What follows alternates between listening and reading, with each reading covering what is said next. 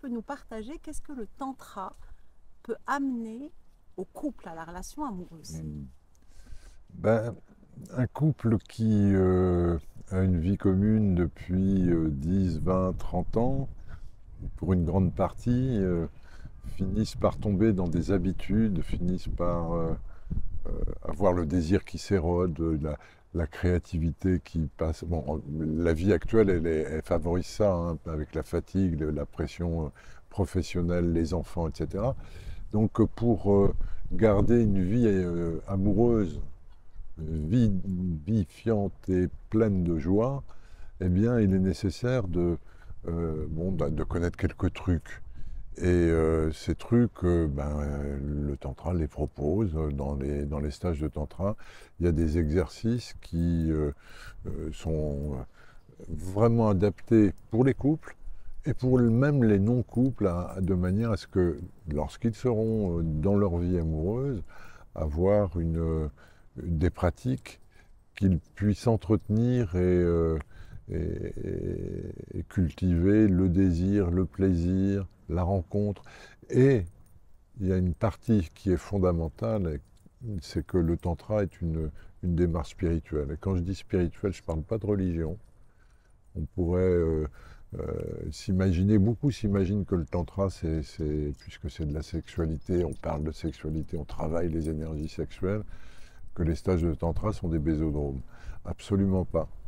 Au contraire, on va monter, on intègre le corps, bien sûr, être à l'aise avec soi-même, c'est fondamental, être dans la vraie relation avec l'autre, et puis avoir une intention, en faire quelque chose de ces énergies qui amènent vers une transcendance, qui amènent vers euh, j'appelle ça une spiritualité incarnée, pleine, que il y a un avant, un après le tantra. On n'apprend pas le tantra dans un livre, on le vit.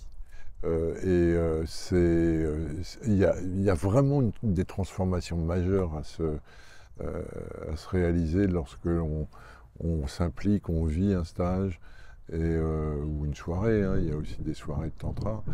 Euh, Déjà, parce qu'on ne considère plus son ou sa partenaire comme étant Michel ou Robert, mais on considère son ou sa partenaire comme étant un dieu, une déesse, et on relationne à partir de cet espace à l'intérieur de soi à cet espace en résonance avec son ou sa partenaire.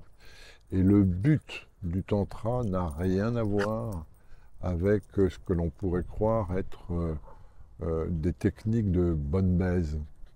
Le tantra, c'est jouir du désir plutôt que de rechercher l'orgasme.